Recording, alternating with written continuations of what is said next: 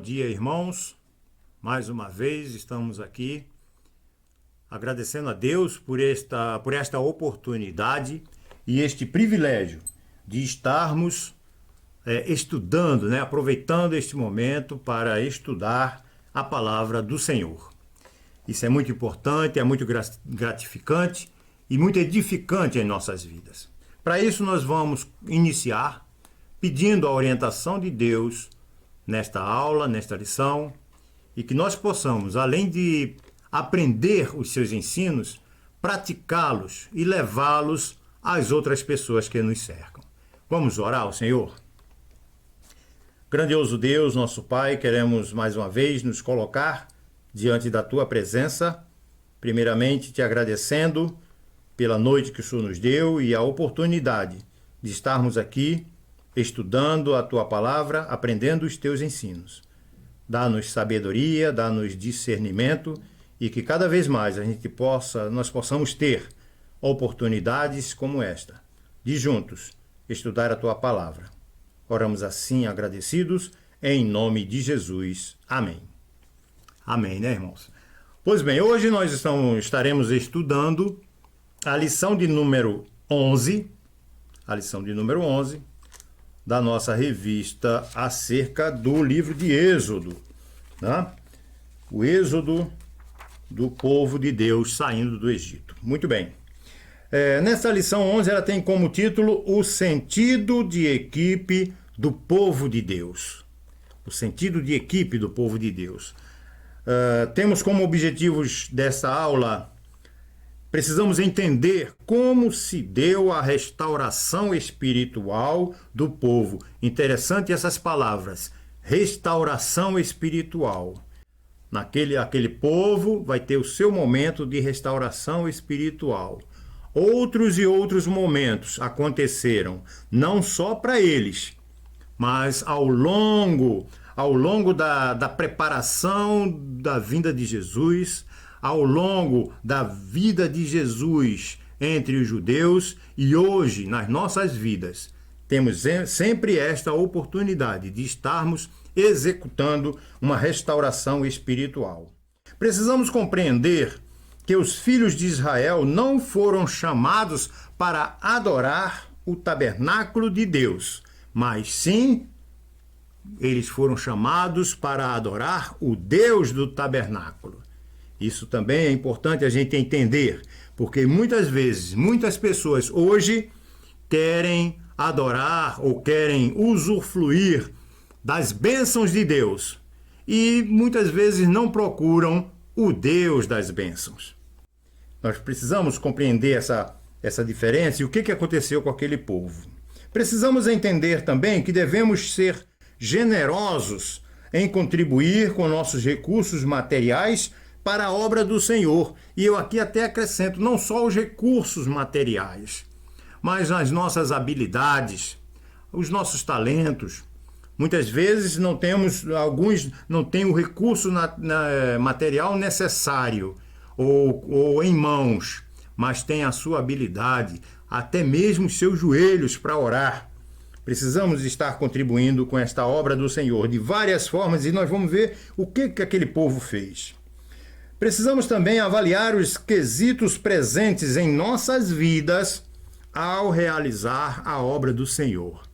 Será que estamos fazendo? Aquele povo teve um momento de fazer a sua obra, a obra do Senhor, mas de que maneira? De qualquer maneira?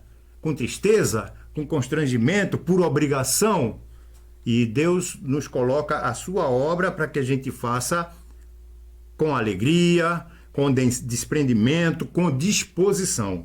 Isso nós vamos observar aqui ao longo da nossa lição. O texto bíblico para essa lição de hoje está em Êxodo, no capítulo 35. Nós vamos estudar todo o capítulo 35, dos versículos 1 ao 35. E o seu texto áureo está em Êxodo, capítulo 35, versículo 29, que diz assim: trouxe uma oferta todo homem e mulher, cujo coração voluntariamente se moveu a trazer alguma coisa para toda a obra que o Senhor ordenara se fizesse por intermédio de Moisés. Assim trouxeram os filhos de Israel uma oferta voluntária ao Senhor. Esse é o nosso texto áureo, um texto que vai colocar em nossos corações todo o contexto daquele momento que eles estavam vivendo. Para isso precisamos fazer algumas lembranças. Na lição anterior, nós tivemos, por exemplo, algo sobre... Nós aprendemos sobre o bezerro de ouro, né? Que podemos caracterizar como sendo a primeira festa da carne, né? A idolatria presente ali no meio do povo, né? Naquele povo que tinha saído do Egito. Nós vimos na aula passada que Moisés quebra as tábuas da lei. Pelo que ele presenciou, pelo que ele viu, né? A experiência que ele teve com Deus ao receber as tábuas da lei, os mandamentos, e quando chega no meio do povo, o povo estava adorando a um bezerro de ouro. E ele quebra as tábuas da lei. Ao mesmo tempo também Moisés intercede pelo povo. Olha, é muito importante a gente observar também que a ligação entre de Moisés para com o povo e para com Deus era tão íntima, era tão marcante, que Deus simplesmente poderia ter desistido daquele povo, poderia ter aniquilado todos de uma vez, diante de tantos milagres, tantas coisas sobrenaturais que Deus tinha feito àquele povo, e o povo continuava rebelde, murmuradores, e mais esse exemplo do bezerro de ouro, com a idolatria transformando, levando a glória de Deus para outro ser inanimado, uma outra coisa totalmente diferente do que o próprio Deus queria e demonstrou ao povo. Mas Moisés vai e intercede pelo povo. E Moisés resplandece a glória de Deus em seu rosto. Através desse momento que ele tem novamente com Deus, ele pede, ele busca em Deus ver a sua glória. E quando Moisés desce novamente com as tábuas, Moisés já vem diferente, o seu rosto já é diferente. Ele estava resplandecendo em seu corpo agora a glória de Deus presente na vida dele, na sua forma física. E o povo estava vendo isso. Tudo isso a gente pôde observar na lição anterior. Agora, nesta lição, nós vamos ver o início da construção do tabernáculo. E é interessante que, assim como, ora, se o povo... É uma estratégia do próprio Deus, né? Se o povo tinha adorado a um bezerro de ouro, né? Esses já até foram aniquilados. Mas se havia uma necessidade do povo de manter a sua religiosidade, de manter o seu coração voltado para a adoração a Deus, Deus trouxe esse planejamento do tabernáculo para mostrar, para simbolizar a própria presença dele no meio do povo. Então, nós vamos ver o início dessa construção do tabernáculo, seu planejamento, o levantamento dos recursos, tanto materiais como pessoais, recursos materiais e recursos pessoais. A própria execução da obra, Deus vai dar detalhes de como deveria ser o tabernáculo. E, por fim, a prontificação e a utilização dessa construção, dessa obra. No livro, esse capítulo, né, de 35 de Êxodo, nós podemos dividi-lo em 3 partes. A primeira, do versículo 1 ao versículo 19, é justamente ordens a respeito do tabernáculo. É aqui onde Deus vai mostrar qual o material, como é que esse material vai ser usado, quais as necessidades físicas para o tabernáculo. Do versículo 20 ao versículo 29, com as contribuições para o tabernáculo. Agora a gente vai ver, nós vamos ver que nesse período aqui, o povo, né, sendo motivado a trazer os seus materiais, as suas ofertas, os seus recursos para a construção, como contribuição para a construção do tabernáculo. E do versículo 30 ao 35, a escolha de Bezalel e Eoliabe, duas pessoas importantes também na construção do tabernáculo, uma vez que eles tinham habilidades necessárias para essa construção. Nós vamos ver também essa questão. Muito bem, trazendo uma breve introdução, a gente pode observar o seguinte, que muitos serviram nesse período aqui, nesse texto que a gente vai ler, muitos serviram na confecção dos objetos e trabalharam com excelência, trabalharam com vigor, com disposição. Como é bom ver o povo de Deus unido, trabalhando por um propósito. Com essa condição, sob essa condição, o próprio Jesus disse que tudo que era ligado na terra seria ligado no céu, mediante essa comunhão, essa interação entre os membros em realizar determinada obra, né? A gente vai observar isso também ao longo do nosso propósito aqui. Precisamos trabalhar com empenho para promover a comunhão entre os irmãos. É muito importante que isso aconteça. Nós temos visto que algumas catástrofes naturais estão acontecendo à nossa volta. E quantas pessoas estão se mobilizando para atender outras pessoas que foram desabrigadas, ou que perderam entes queridos, ou que estão necessitando das suas principais necessidades, né? Na sua vida, alimento, vestuário, e como a igreja tem se mobilizado com relação a isso, como as igrejas têm mobilizado, os irmãos têm se mobilizado com relação a isso. Não é uma novidade para os nossos dias. Ao longo da história do povo de Israel, muitas vezes eles foram compelidos, foram motivados a fazerem a obra do Senhor mediante os recursos que eles tinham, e que eles foram motivados a levar esses recursos com alegria, com disposição, com liberalidade, né? Precisamos então servir com nossos bens, nossos talentos, com a nossa atenção, dedicação, enfim, promover o crescimento do reino de Deus com a nossa vida, a nossa própria vida.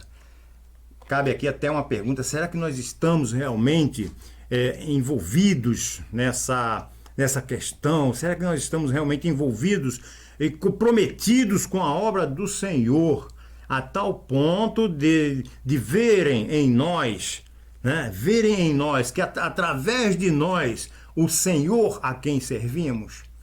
É um fato interessante, é uma pergunta interessante que nós devemos observar. Na lição de hoje, né, o comentarista, ele coloca alguns tópicos para a gente seguir. O primeiro deles diz: restauração espiritual na observância do sábado. Está em Êxodo 35, de 1 a 3, que diz assim: Moisés reuniu toda a comunidade de Israel e lhes disse: estas são as coisas que o Senhor os mandou fazer. Em 6 dias, qualquer trabalho poderá ser feito, mas o sétimo dia lhes será santo, um sábado de descanso consagrado ao Senhor. Todo aquele que trabalhar nesse dia terá que ser morto. Sem nem sequer acendam fogo em nenhuma de suas casas no dia de sábado. Qual o ensinamento? O que a gente pode tirar daqui? O principal ensinamento acerca do sábado, o Shabat, né, está no 4º mandamento. Foi o 4º mandamento que Deus deixou para o povo. Está lá em Êxodo 20, de 8 a 11. A expressão acenderá fogo se refere a um ato considerado uma quebra do mandamento.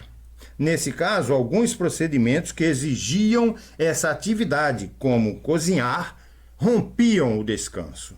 O sábado que Deus colocou para o povo era um momento de descanso da parte física, do seu corpo, para, através desse descanso, as pessoas se ligarem a Deus. Olha a parte espiritual aparecendo aí, um dos momentos de elevação da espiritualidade do povo.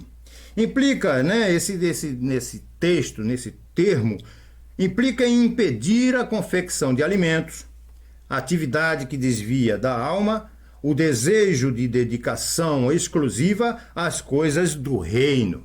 Um exemplo disso daí era o maná.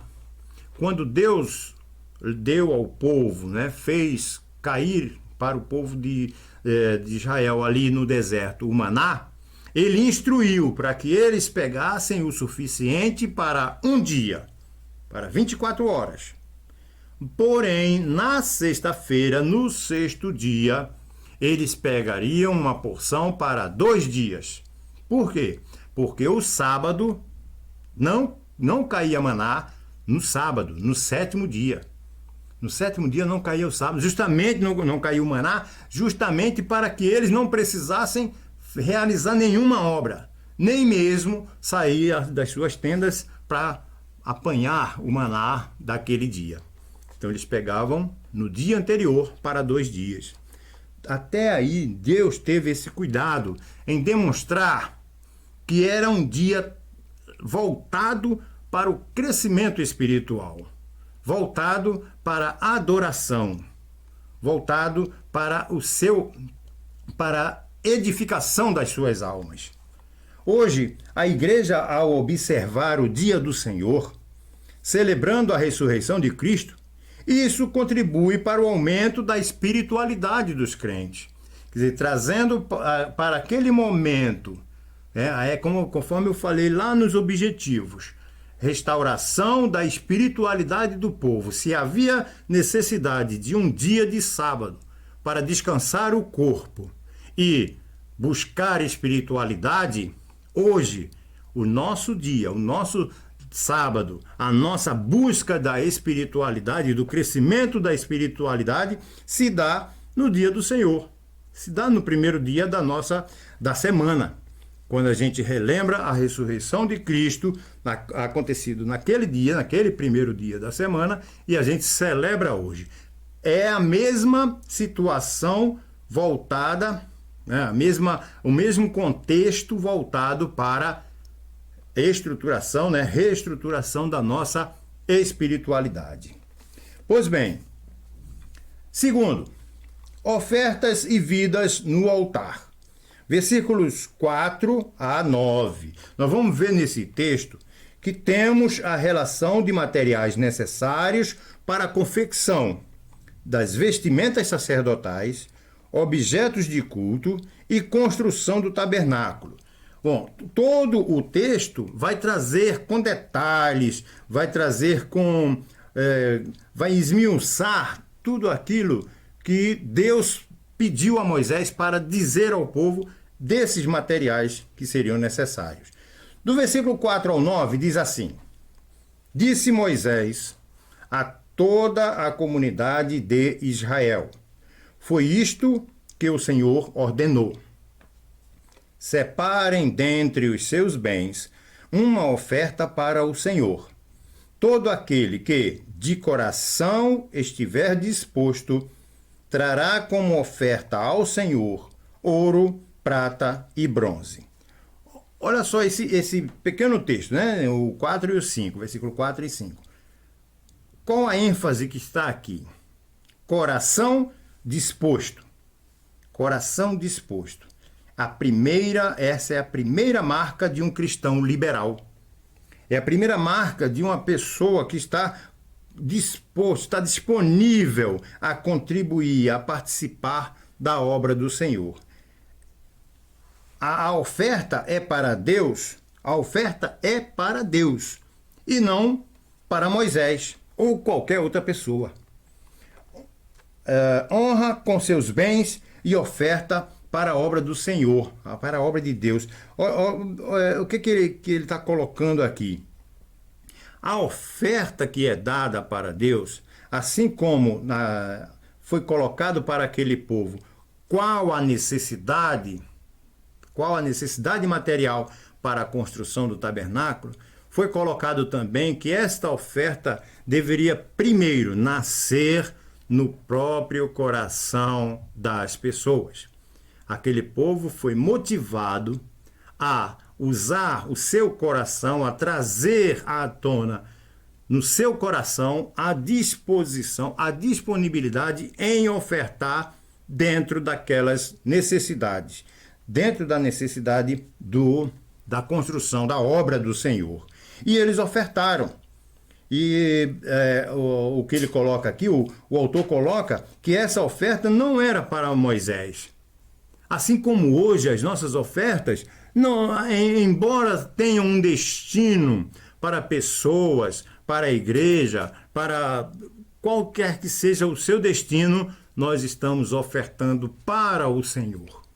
Porque se a gente for observar bem mais a fundo, Deus, por si só, ele não precisa de nada nosso. Ele é o dono de tudo. Ele é o dono de todas as coisas. Mas, para que haja união, para que haja unidade, para que haja igreja, há necessidade de participação dos seus membros. Há necessidade de participação do seu povo, do povo de Deus. Há necessidade. Então, isso aconteceu no meio daquele povo e o povo respondeu, né? Honrando com seus bens e ofertando para a obra de Deus. Terceiro, trabalho em equipe. Como seria esse trabalho em equipe? Nós vamos ler do versículo 10. O versículo 10 diz assim: todos os que dentre vocês forem capazes virão fazer tudo quanto o Senhor ordenou. Repare que Deus, nesse versículo, ele está buscando, ele incentiva a capacidade de cada um. A capacidade de cada um. Todos quanto vocês forem capazes virão fazer tudo quanto o Senhor ordenou. Lá no versículo 20 e 21 diz assim: então toda a comunidade de Israel saiu da presença de Moisés, e todos os que estavam dispostos, cujo coração os impeliu a isso, trouxeram uma oferta ao Senhor para a obra da tenda do encontro, para todos os seus serviços e para as vestes sagradas. O que a gente pode tirar disso aqui? Primeiro, não há espectadores. Não há espectadores. E quando eu estudei sobre isso, eu pude observar que quando há participação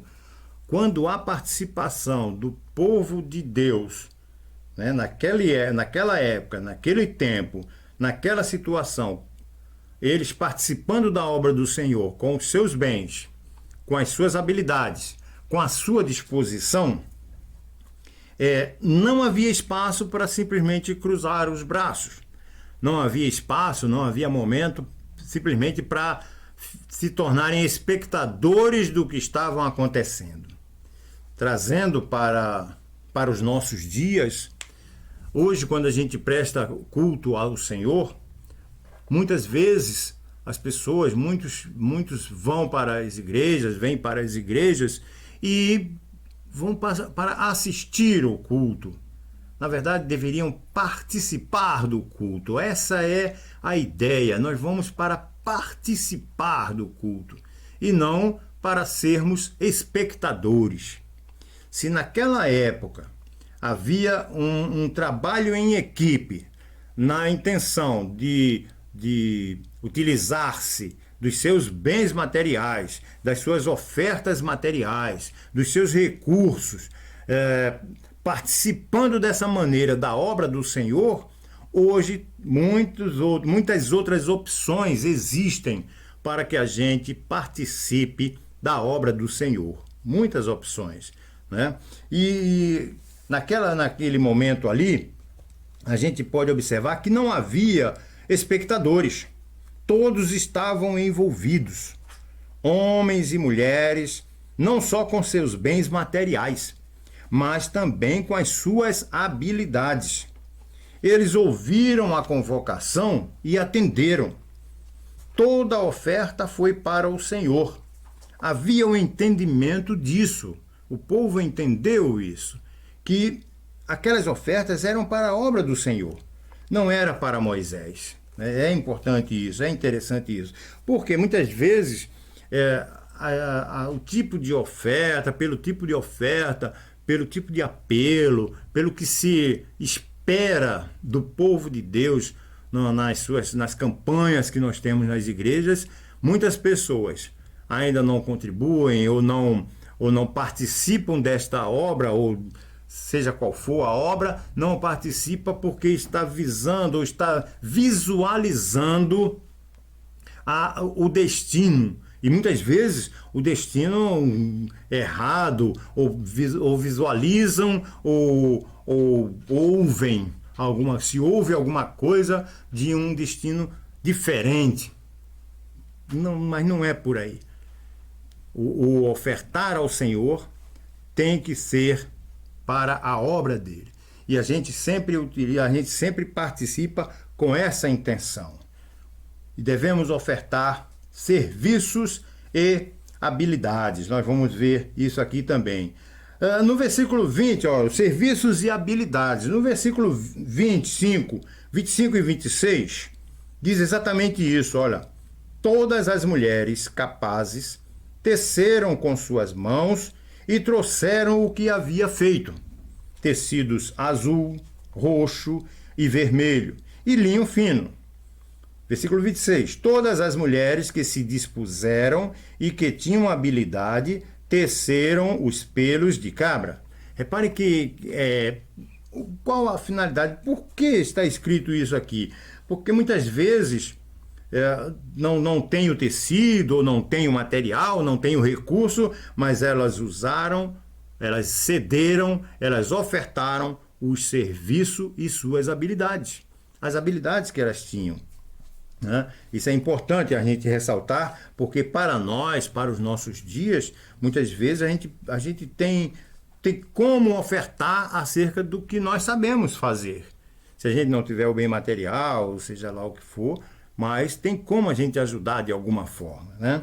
Pois bem, eu achei interessante aqui na revistinha que um item que eu sublinhei, que diz assim: havia alegria e uma dupla esperança dominava os corações dos trabalhadores. Primeiro, a esperança de ver o tabernáculo pronto e erguido no meio das 12 tribos. Os sacerdotes trajando suas imponentes roupas sacerdotais e os sacrifícios sendo oferecidos a Deus. Seria a expressão religiosa de Israel diferente e superior às crenças de todos os povos. Superior às crenças de todos os povos. Era um testemunho que eles estavam dando.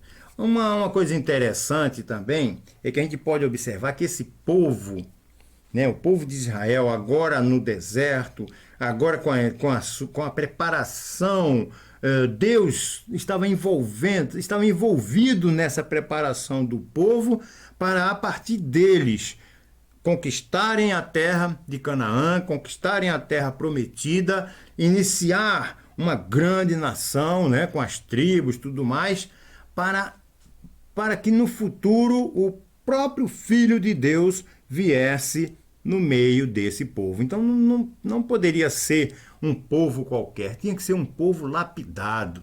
Existem algumas semelhanças que alguns teólogos colocam, e eu acho interessante, que há uma semelhança entre o povo de Israel, o seu momento de libertação do Egito, o Egito simbolizando hoje o pecado, o homem se libertando desse pecado através de um Salvador, aquele povo Moisés como sendo o Salvador, hoje o povo sendo liberto pelo próprio Jesus através do seu sacrifício, e esse povo sendo lapidado, sendo preparado para a vinda do Cristo.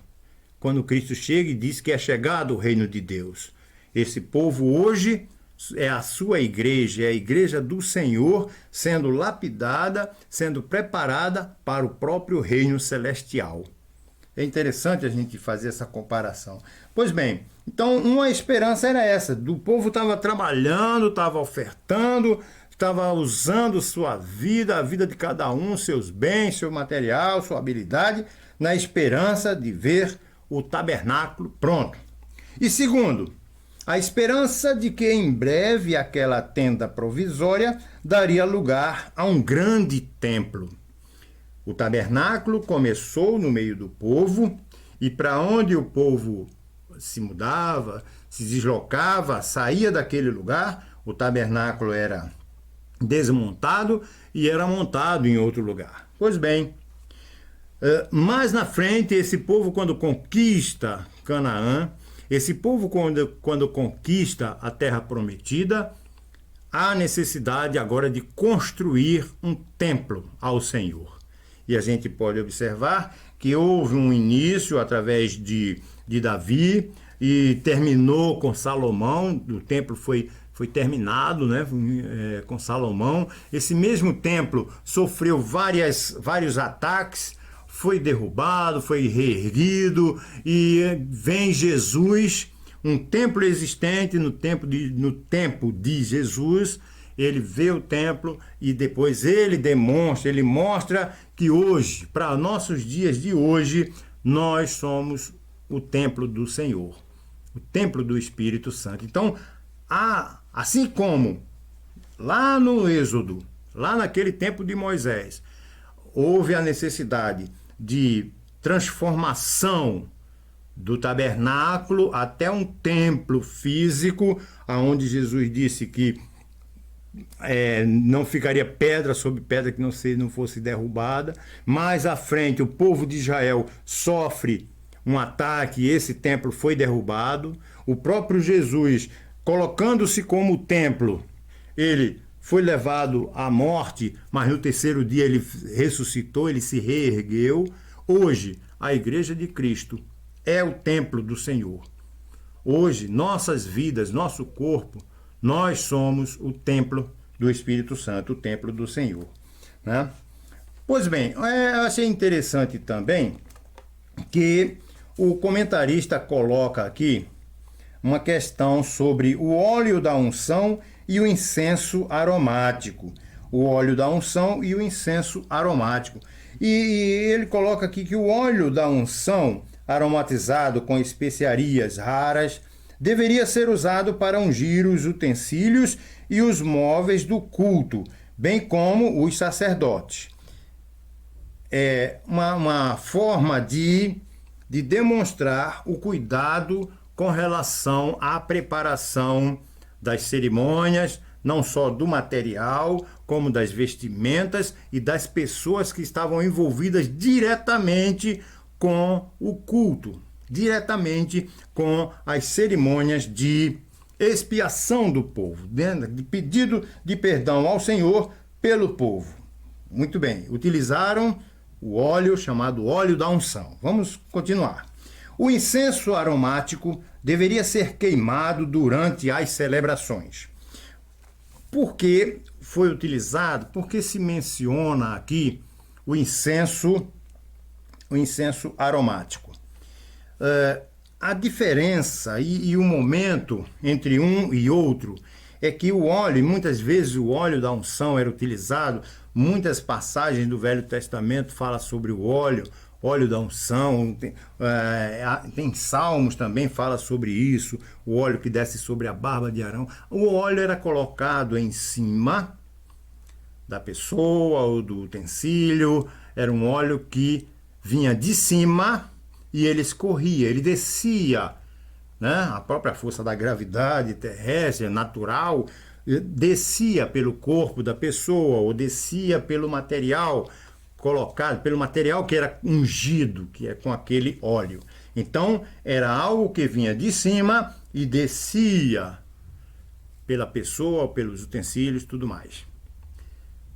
Quando Jesus veio, ele passou a ser o nosso óleo da unção, né? O título de Jesus era o Cristo, o ungido de Deus. Quando Jesus vem, ele desce, ele veio e desceu sobre a terra para que essa unção do Senhor viesse sobre todo o povo, sobre nós nos dias de hoje. Esse é o óleo daquela época, o óleo da unção, e hoje o nosso óleo da unção sendo representado pelo próprio Cristo em nossas vidas. E o incenso aromático? O incenso aromático, quando colocado nas ofertas, como ele diz aqui, deveria ser queimado durante as celebrações. O incenso, o cheiro, né? Aqueles aromas subiam para o Senhor, subiam para os céus. E em várias passagens a gente encontra que principalmente Apocalipse, que o Senhor recebe o incenso dos seus através das orações. As orações são levadas a Deus através, como um incenso, como uma fumaça que sobe.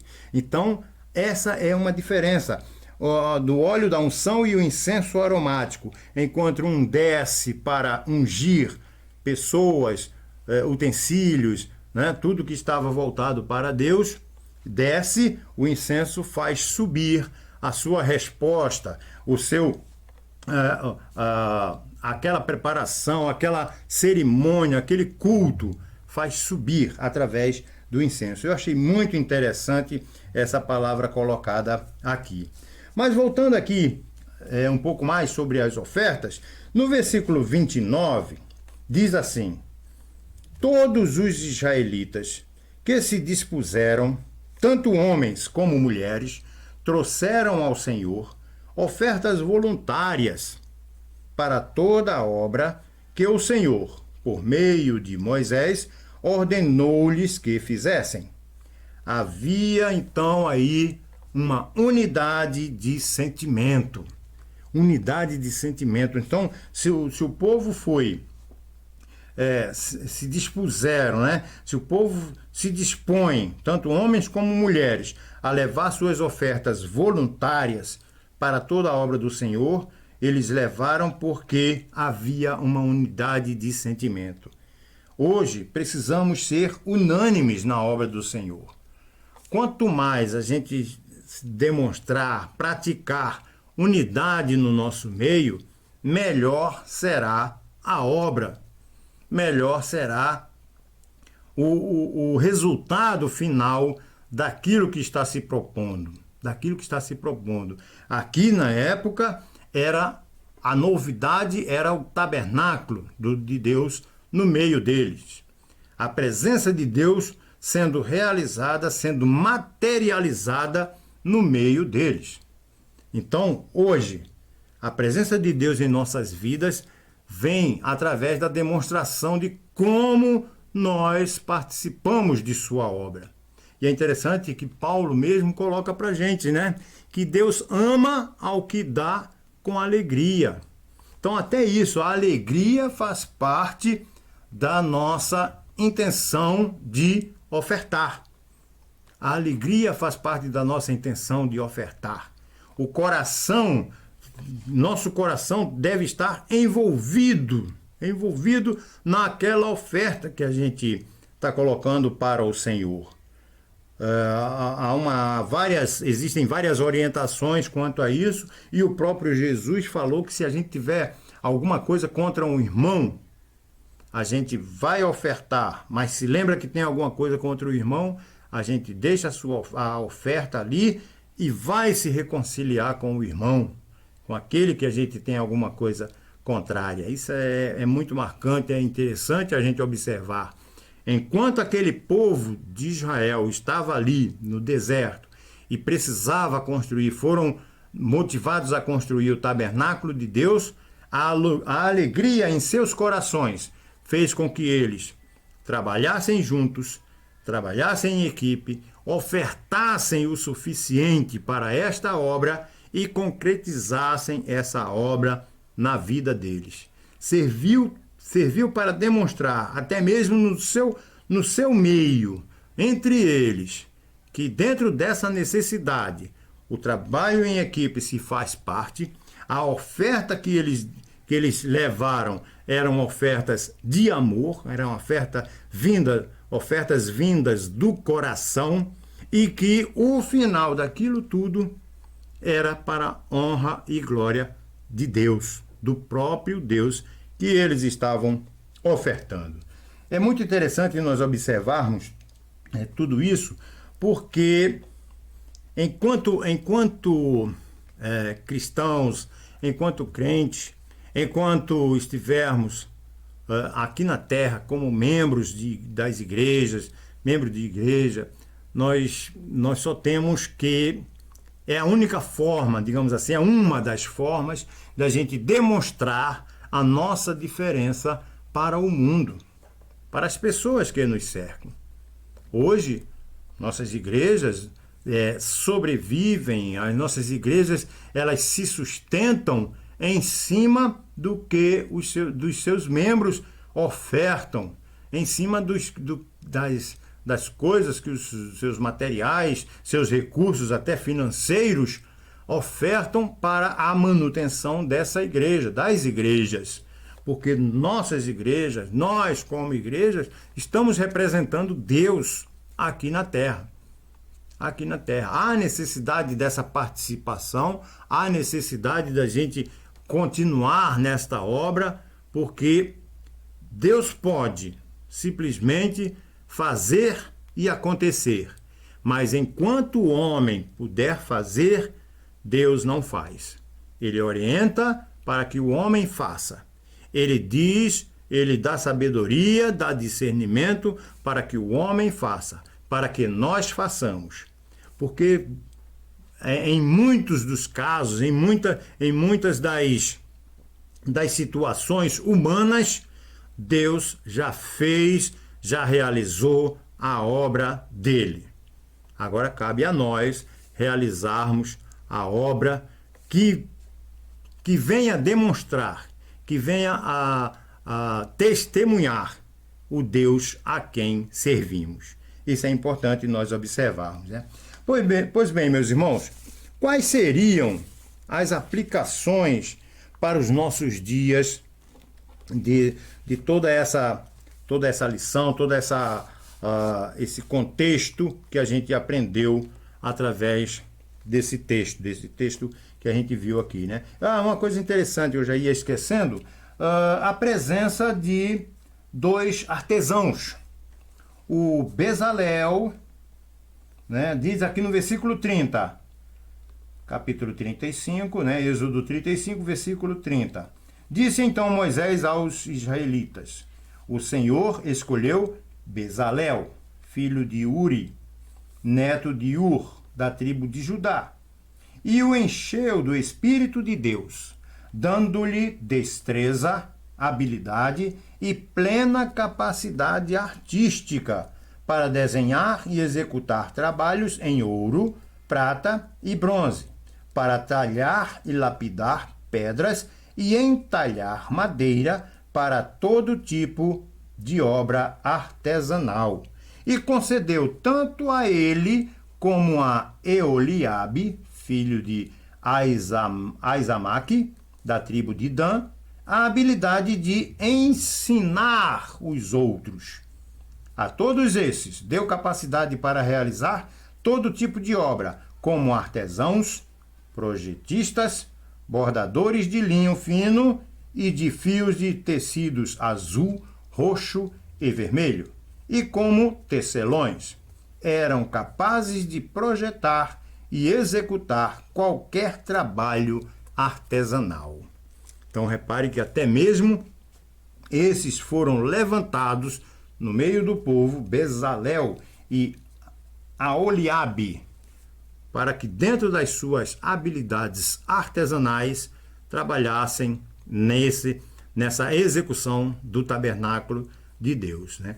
Foi muito importante isso, porque até mesmo que eles tinham aprendido, de repente aprenderam as suas habilidades enquanto estavam no Egito, enquanto estavam trabalhando lá para Faraó, mas essas habilidades agora eles estão executando aqui para Deus, para a obra do Senhor, para a construção do tabernáculo. Pois bem, quais as aplicações que nós temos aqui? Deus apresentou a Israel o plano para a construção do tabernáculo.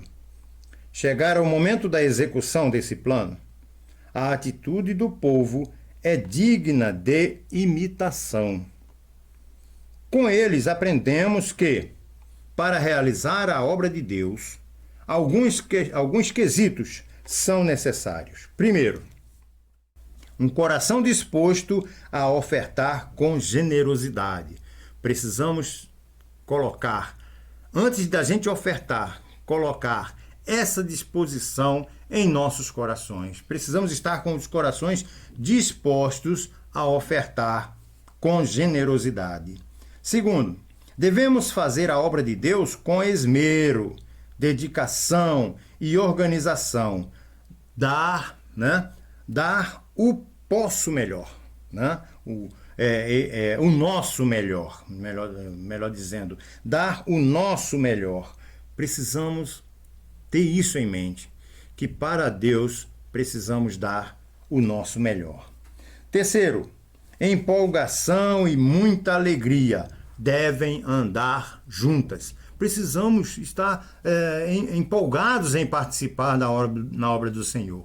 Muitos trazem em si a obra do Senhor como um enfado, como uma carga, e não é isso. Trabalhar para o Senhor, ofertar para o Senhor é privilégio, é alegria, é empolgação estar trabalhando na obra do Senhor. Quarto, trabalho em equipe, união com os demais cooperadores.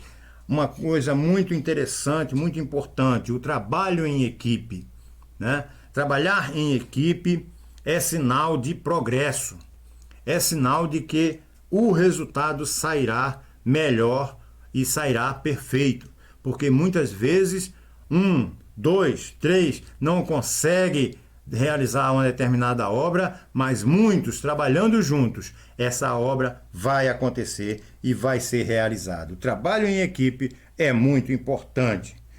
E, por último, colocar nossas habilidades a serviço do reino. Quantas e quantas pessoas têm as suas habilidades e utilizam essas habilidades para as coisas ruins, para as maldades, para as coisas erradas e muitas vezes concordando com as coisas do inimigo, fazendo dentro das suas habilidades, fazendo coisas que concordam com os planos de Satanás. Se as pessoas soubessem, tivessem mais consciência de que tudo que está fazendo vai servir para o seu crescimento espiritual, as pessoas deveriam se voltar mais para as obras de Deus com as suas habilidades. Precisamos colocar nossas habilidades a serviço do reino. Devemos orar para que esses quesitos estejam presentes no nosso, no meu, no seu, no nosso caminhar e na realização da obra de Deus que Ele separou para mim, para você, para todos nós.